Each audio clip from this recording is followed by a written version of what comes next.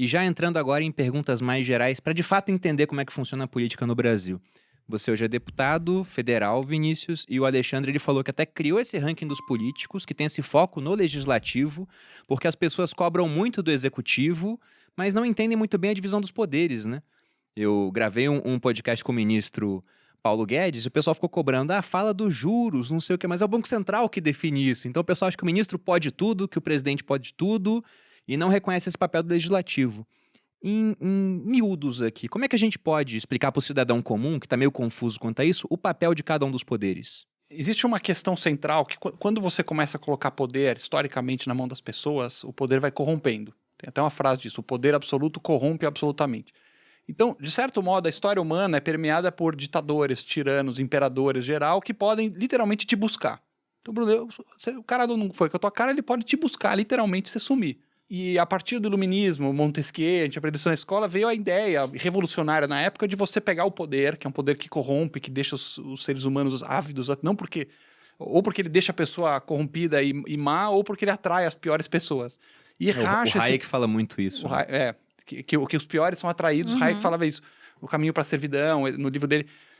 Então você pega e racha esse poder em pedaços, que um pedaço controla o outro. E aí veio a ideia, na época do iluminismo, de você ter, eventualmente, um poder executivo, legislativo, um judiciário independentes. Fala-se da mídia como um possível quarto poder, o rei, em alguns aspectos, o tal do poder moderador, para quem é monarquista constitucional. Mas, no fundo, é para não te buscarem.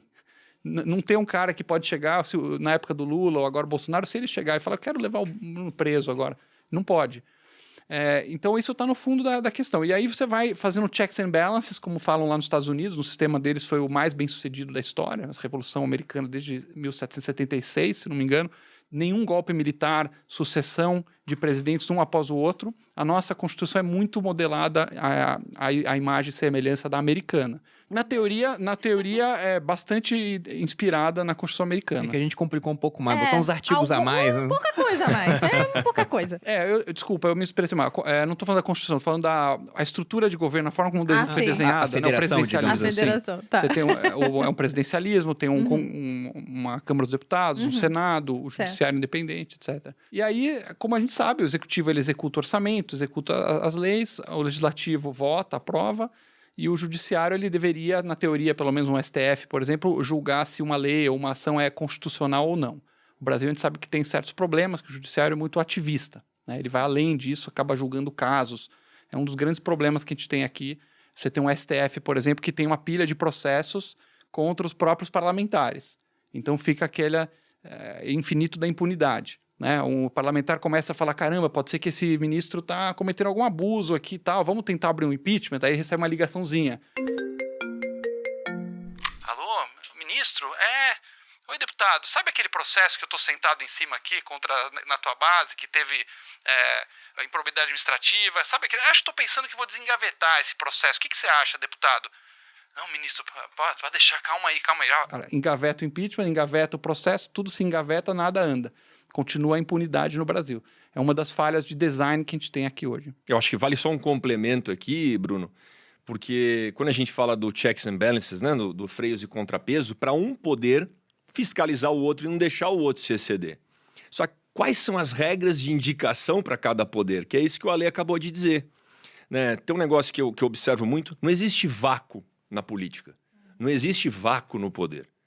A partir do momento que um poder fraqueja ou combina com o outro ou deixa de fazer algumas coisas, o outro poder vai avançar. E aí a gente vê, e isso não é justificativa para o judiciário estar avançando, tá?